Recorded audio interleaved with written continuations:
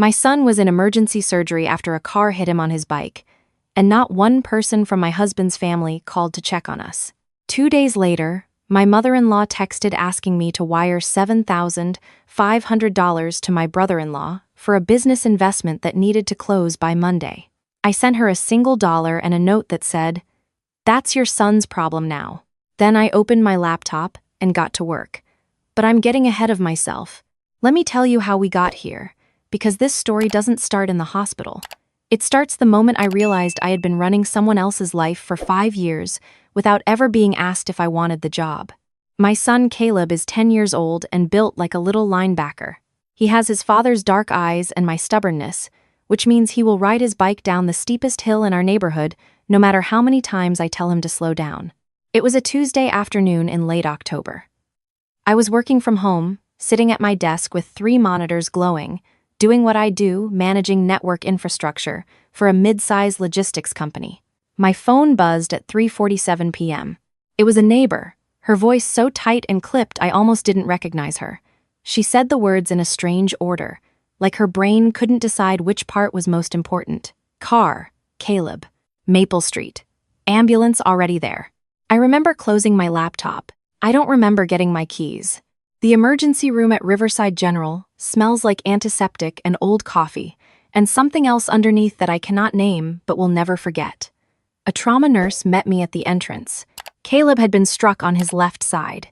He had a fractured arm, 3 cracked ribs, and a bleed on his brain small, they said, but the kind that required immediate surgical intervention to relieve the pressure. They used the word urgent. They used the phrase, "We need to move quickly." I signed forms with a pen that shook in my hand, and I called my husband, Derek, who was 2 states away at a sales conference, and told him to get on the first flight home. Then I called my mother-in-law, Patricia. It went to voicemail. I called my father-in-law, Glenn. Also, voicemail. I texted the family group chat, Derek's parents, his younger brother Marcus, and his Aunt Carol, who had always been kind to me. I kept it simple. Caleb was hit by a car. He's in surgery at Riverside General. Brain bleed. Please pray. I hit send and walked to the waiting area, and found a chair by the window, and sat down in it, and did not move for the next 4 hours. My best friend, Simone, showed up 40 minutes later, with a coffee and a granola bar, and didn't say a word. She just sat next to me and put her hand over mine, and stayed there. She had driven 20 minutes through traffic without me even asking. She had seen my text to the group chat I had added her years ago when Caleb was born, and she had just come. No questions. No waiting to see if someone else would go. She just came. Patricia called back at 7:15 p.m. "Oh, Rachel," she said, and her voice had that particular tone she reserved for mild inconveniences, like a restaurant getting her order wrong. "That's terrifying. How are you holding up? Is Derek on his way?" I told her yes, Derek was on a flight. I told her Caleb was still in surgery. I told her the surgeon had said the procedure would take between 3 and 5 hours, depending on what they found when they got in. "Well, keep us posted," Patricia said. "Glenn is watching the game, and I don't want to stress him out until we know more. You know how his blood pressure gets." Glenn's blood pressure. My son was having brain surgery, and we were managing Glenn's blood pressure.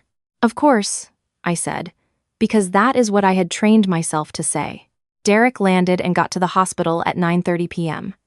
The surgeon came out at 10:02. The bleed was successfully drained. Caleb was stable. He would need to stay in the ICU for observation for at least 48 hours, and after that, recovery would be slow. No school, no activity, close monitoring for weeks. But he was okay. He was going to be okay. I walked into the recovery bay and stood next to his bed and looked at my boy, his head wrapped in white bandaging, his face pale and still, his little chest rising and falling under the thin hospital blanket.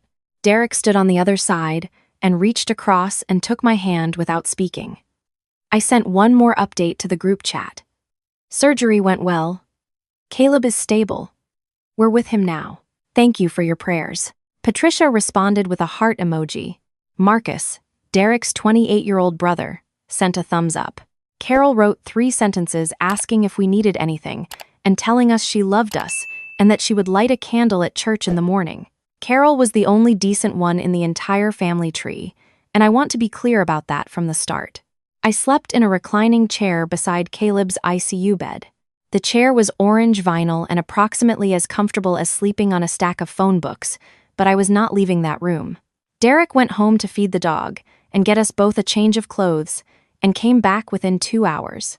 We took turns sitting with Caleb, talking to him softly, reading to him from the book he'd been working through, a fantasy series about a boy who could speak to dragons. His eyes were glassy and tired, but he would squeeze my hand when I held it, and that was everything. The next day passed in the slow, disorienting blur of hospital time, nurses checking vitals, doctors reviewing scans, Caleb managing small sips of water, then broth, then managing a weak smile when I showed him a video of our dog, Biscuit, sitting on his pillow at home with a guilty expression. Derek's family did not call, did not visit. The hospital was 12 minutes from Patricia and Glenn's house. I know this because I had driven that route hundreds of times, dropping off casseroles when Glenn had his knee replacement, picking up Patricia when her car was in the shop, making that 12-minute drive over and over for 5 years because that is what good daughters-in-law do. Nobody drove 12 minutes. On the morning of the second day, Simone came back with real coffee and a breakfast sandwich and sat with me while Derek caught a few hours of sleep in the family lounge. She asked me, carefully, if Patricia had called back. I told her about the blood pressure conversation. Simone looked at me for a long moment and then said, very quietly, Rachel, you know this isn't okay, right? I looked at my son in his hospital bed. I know, I said. That afternoon, my phone buzzed with a text from Patricia.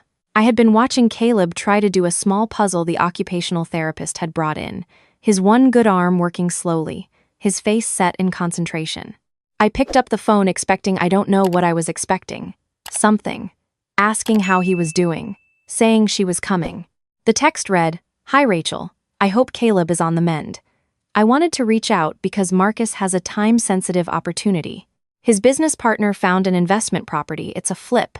Very solid numbers according to Marcus, but the earnest money is due by Monday, or they lose the deal. We've already put in what we can. We need $7,500 to cover the rest of the deposit. Derek has always said you're good with money. Just send it to Marcus's Venmo. We'll pay you back once the property sells, which should be quick. Thanks, honey. I read it once.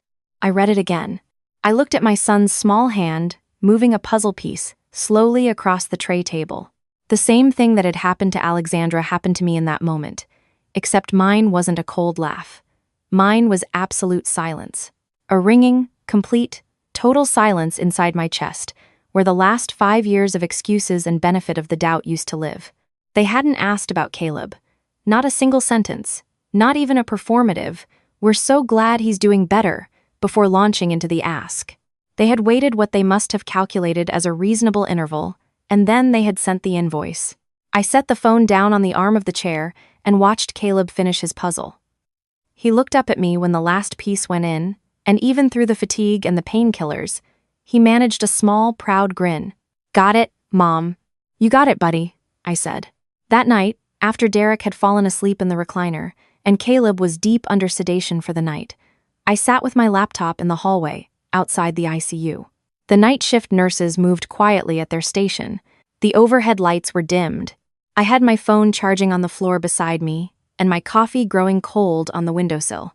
Here is what most people don't know about me, and what Patricia and Glenn absolutely should have considered before sending that text. I am not just good with money. I am an IT infrastructure manager. I am the person companies call when their systems go down at 2 a.m.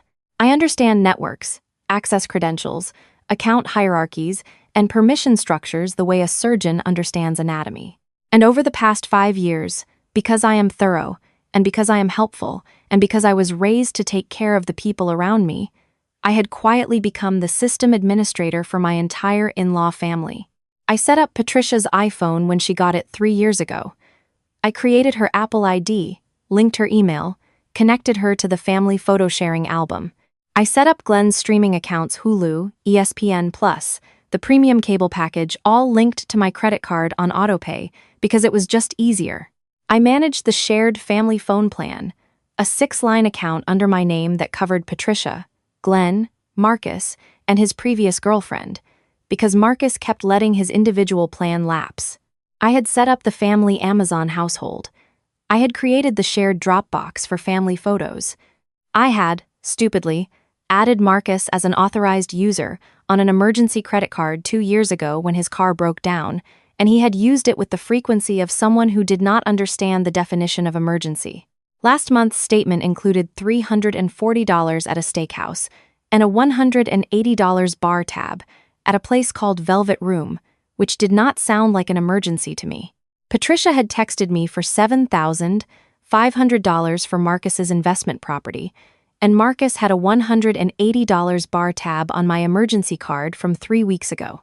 I opened my banking app and found Patricia's contact. I navigated to the transfer screen. I typed the amount, $1. In the memo field, I typed, "For Marcus's future. Best of luck with the flip." I hit send. Then I opened my laptop and I got to work. I started with the family phone plan.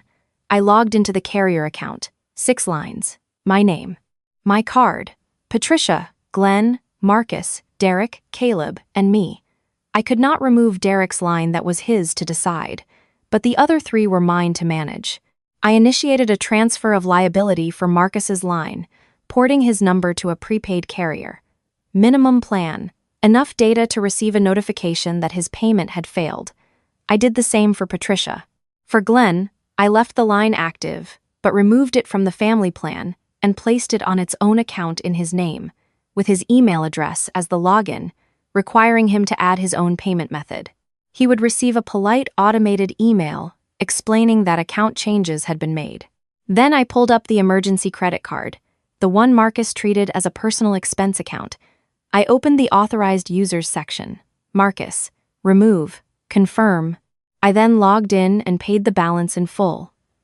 A final, bitter, precise act of closure, and submitted a request to close the account. The streaming services took about 20 minutes. I signed out Patricia and Glenn's devices from the Hulu account, changed the password, and removed the card on file. I did the same for ESPN+.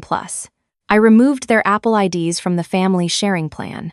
I navigated to the Amazon household and removed Patricia's account, Glenn's account, Marcus's account. I then changed the password on the shared family Dropbox and removed all non-Derek users. I sat back in the hallway chair and looked at what I had done. My son was 20 feet away with a bandage on his head and a fractured arm and cracked ribs, recovering from surgery on his brain, and his grandmother had texted me for $7,500 without asking how he was doing. I felt no guilt. I felt nothing except that quiet, precise, calm that comes when you make a decision that you should have made a long time ago. I did one more thing before I closed the laptop. I pulled up a professional background search service, the kind my company subscribes to for vendor vetting, and I searched the name of Marcus's business partner, a man named Theo, who had apparently identified this incredible flip property. The results came back in under 3 minutes. Theo had 2 prior fraud convictions, both related to real estate investment schemes. He had a pending civil suit in Georgia from a different group of investors who had given him earnest money for a property that never materialized. He was not a real estate investor. He was a con artist, and Marcus, my careless, entitled, never once worked a full year brother-in-law, was about to hand him my money. I saved the file to a folder and named it, "Do not say I didn't warn you." I told Derek everything in the morning. I showed him the texts, the transfer, the accounts I had closed. He was quiet for a long time. He looked at his phone, at the group chat, at the heart emoji his mother had sent when his son came out of brain surgery. He put the phone down on the window ledge and did not pick it up again for several hours. "I'll handle it," he finally said. "You don't have to," I said. "No," he said. "I do." But he didn't get the chance to make the first move. Patricia beat him to it. At 6:48 a.m., my phone started ringing.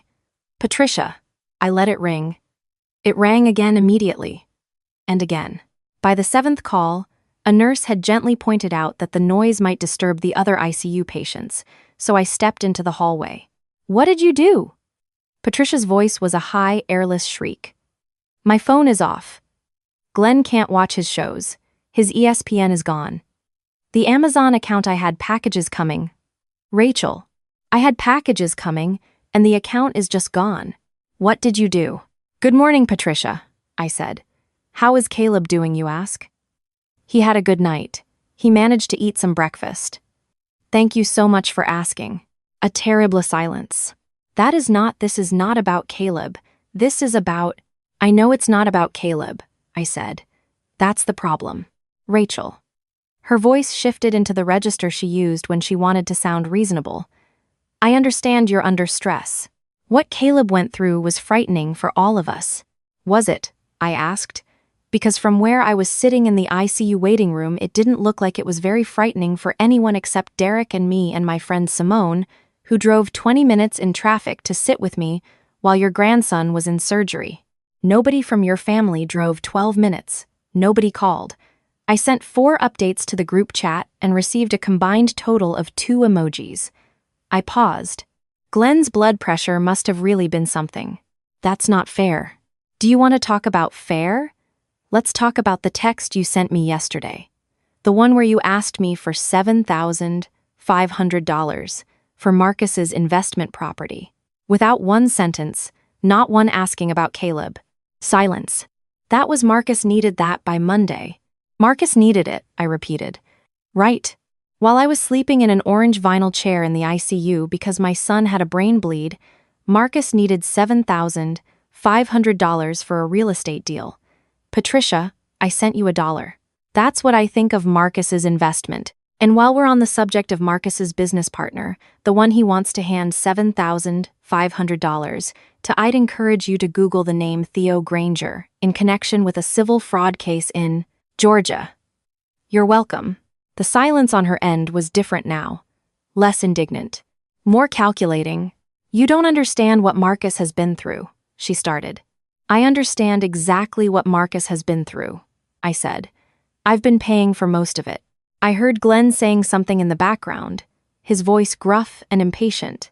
What is she saying? Tell her to fix the internet. I want to check my stocks. Glenn wants you to fix the internet, Patricia relayed. Glenn can call the provider and set up his own account, I said. He'll need a credit card in his name. Just to be clear, not mine. Rachel. Her voice cracked, pivoting toward something she calculated would work better than anger. We are your family. You married into this family. You can't just cut us off like this. Derek wouldn't want this. Derek is 20 feet away from me right now, I said. He saw the text you sent. He saw the heart emoji you sent after his son's brain surgery. He hasn't called you yet because he's been busy, being a father. But when he does, I think the conversation will be very clarifying for everyone. I hung up. Derek did call them that afternoon. I didn't listen in. I sat with Caleb, and we worked on the dragon book together, me reading aloud while he rested with his eyes half closed. When Derek came back to the room, his jaw was tight, and his eyes were red around the edges in the way they got when he was angry and was controlling it very carefully. He sat down next to me and said, quietly, so Caleb wouldn't hear, my mom cried. My dad said I needed to control my wife. Marcus said you always hated him. Do you believe any of that? I asked. He looked at our son. No, he said. The real chaos started 2 days later, when Caleb was moved out of the ICU to a regular room and the immediate crisis downgraded enough in Patricia's mind for her to escalate. Marcus arrived first. He showed up at the hospital room door, which, I want to note, he had not visited during the 4 days Caleb was in the ICU. He appeared now, wearing a hoodie and an expression of practiced injury, and stood in the doorway like he was waiting to be welcomed in. Derek stood up. Caleb's sleeping. Marcus, let's go to the hallway. I followed. Marcus started talking before the door fully closed. Rachel, you need to fix this. Mom is losing her mind. Dad can't watch his game. My phone, do you know how many contacts I lost? I had business contacts on that phone. Which business? I asked. He blinked. What? Which business are those contacts for? The bar, the food truck, the online reselling, which one are we talking about? Marcus's face reddened. That's not the point. The point, I said, is that your nephew was in the ICU with a brain bleed and you sent a thumbs up to the group chat, and went back to whatever you were doing. The point is that your mother texted me for $7,500 while I was sleeping in a hospital chair. The point is that you have been an authorized user on my credit card for 2 years, and you have a $180 tab at a place called the Velvet Room that I am fairly certain was not an emergency. He opened his mouth, closed it, and since you brought up your business contacts, I said, I looked into your partner, Theo. Something shifted in his eyes, a flicker of something I recognized from the background check. He already knew. Some part of him already knew. Theo is a great guy, Marcus said, but the words came out flat. He has real experience in. He has 2 fraud convictions and a civil suit pending in Georgia, I said, from investors he took earnest money from. I have the case number, if you'd like it. Marcus stared at me. The $7,500 wasn't for a flip, I said. Was it? Or not entirely? Theo needed money, and he found someone who needed to believe in a sure thing, and you needed to believe because the alternative is accepting that you're 28 years old and you've never finished anything you started. And a woman you wanted to impress has been telling you that your family's money is your money to use. The color drained from his face. Not from shame, exactly. From exposure. Her name is Kylie, he said, finally. And just from the way he said it quietly, without the bravado, I understood that whatever Kylie had told him, he had believed it completely. I know, I said, because I did. I had searched her too. Kylie had a business degree from an online university and a LinkedIn profile full of vague consulting language and a pattern of attaching herself to men who had family money or who she believed did. She had been with Marcus for 7 months. She had met Patricia twice and had already, according to a text Patricia had sent me 6 weeks ago that I was now reading very differently, really taken an interest in how the family finances work. Patricia had written this like it was a charming quality. I had thought it was odd. Now I understood it was a strategy. She told me your family owed me, Marcus said. He sounded young. He sounded like the 28-year-old he actually was underneath all of it. She said you and Derek had done better and that family was supposed to share. I don't owe you anything, Marcus, I said, not unkindly. I helped you because I wanted to, and then I kept helping you because it became expected. There's a difference. I looked at him for a moment. The real estate deal with Theo. Did you already give him anything? Marcus looked at the floor. $2,000. From my own savings. Get it back, I said. Don't give him anything else. Go to the Better Business Bureau website, file a complaint, and document everything in writing. If he pushes back, you may want to consult an attorney. Marcus stood in the hallway of a pediatric ward, looking like someone had pulled the floor out from under him. I almost felt sorry for him. Almost. She's going to leave, he said. If I can't get that money, then she'll leave, Derek said. He had been quiet through all of it. And you'll be okay. Marcus left without saying goodbye to Caleb. The aftermath was slow and unglamorous, which somehow felt right. Patricia called Derek every day for 2 weeks. He answered about half the time. Glenn sent me a stiff, formal email telling me that my behavior had been disrespectful and that he expected an apology, which I did not send. They eventually called the internet provider themselves and set up a new account. It took 3 phone calls and about 2 hours, and at the end of it, Glenn called Derek to say it was an ordeal, which I felt was a good introduction to managing your own household utilities. Marcus, to my complete surprise, did not go back to Kylie after the hospital. I heard from Derek, who heard from Carol, who was the family's one functional source of actual information, that Marcus had confronted Theo about the money, and Theo had returned about $1,200 and disappeared. Kylie had ended things within a week of Marcus coming up empty-handed. Marcus was now working at a landscaping company and living with a college friend. Carol said he seemed, for the first time in years, like he was actually paying his own bills. I did not restore the accounts. I did not return to managing Patricia and Glenn's digital life. I did not add anyone back to the phone plan or the streaming services or the credit card. Derek and I had several long, difficult conversations about his family, about what we were willing to offer going forward, about what appropriate looked like. He was honest in a way I think he hadn't let himself be before about knowing, in the back of his mind, that I had been carrying more than my share, and not asking the question too directly because the answer would have required action. I respected the honesty. We worked through it together. Caleb came home 10 days after the accident. I carried him through the front door because he asked me to, just like when I was a baby, Mom, and he laughed when Biscuit immediately tried to lick his bandage. We set him up in the living room with his dragon books and a steady rotation of movies and more snacks than were probably strictly necessary, and we stayed close and quiet and let the house feel like what it was supposed to feel like. 3 months later, Caleb was cleared by his neurologist. Full recovery, no residual effects. His follow-up scan was clean, and his doctor, a small, cheerful woman with a very calm voice, showed us the imaging side by side before and after, and pointed to the repaired tissue and said, "Kids are remarkably resilient." I gripped Derek's hand under the table and did not cry until we got to the parking lot. That weekend, Simone came over for dinner. We made too much pasta and opened a good bottle of wine, and let Caleb stay up an hour past his bedtime because he and Simone had a competitive card game rivalry that needed resolving. After he went to bed, we sat on the back porch, and Simone asked how I was really doing. Not with Caleb, with everything. I thought about it honestly. Lighter, I said, which sounds strange, but the thing that I kept waiting to feel guilty, or like I had made the wrong call, it just didn't come.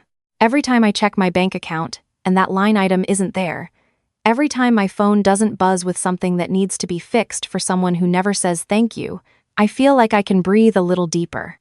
Simone nodded. She had been listening to me manage Patricia's requests and Glenn's demands and Marcus's emergencies for years. She had watched me absorb all of it with the same calm face I used in work presentations. She said, "You were so good at making it look easy that everyone thought it was easy." Including me, I said. The following spring, Derek surprised Caleb and me with a trip to Nashville. Caleb had become obsessed with country music after a school project on American regional culture, which none of us had seen coming, and which was absolutely charming. We drove because Caleb wanted to see the countryside, and we stopped at a diner in Tennessee, where the biscuits were the size of Caleb's head, and the woman behind the counter called him sweetheart and brought him extra honey without being asked. Caleb ate 3 biscuits and announced it was the best meal of his life. On the last night, we walked along Broadway and the music poured out of every open door, and Caleb held both our hands, even though he was 10, and would have died of embarrassment if any of his friends had seen. The lights were gold and loud and warm, and he looked up at me with his dark eyes and said, "Mom, can we come back here every year?" "Yeah," I said. "I think we can." My phone buzzed. I felt the old reflex, that involuntary tightening in the chest. The brief cold flash of dreading what might need to be handled. I pulled it out. It was Simone, sending a photo of Biscuit wearing a Halloween costume she had apparently purchased at the grocery store. The dog was dressed as a lobster and looked profoundly resigned to the situation. I laughed out loud. I texted back a string of laughing emojis and put my phone in my pocket and walked down Broadway with my husband and my son, and the music was everywhere, and the night was warm, and I did not think about Patricia or Glenn or Marcus, or a single password I no longer had to manage. I thought about how Caleb's hand felt in mine, bigger than it used to be, and how his spine was straight when he walked, and his eyes were bright, and how some losses turn out to be the door that finally lets the light in. The Bank of Rachel is closed. The lights are on in my own house, and we are doing just fine.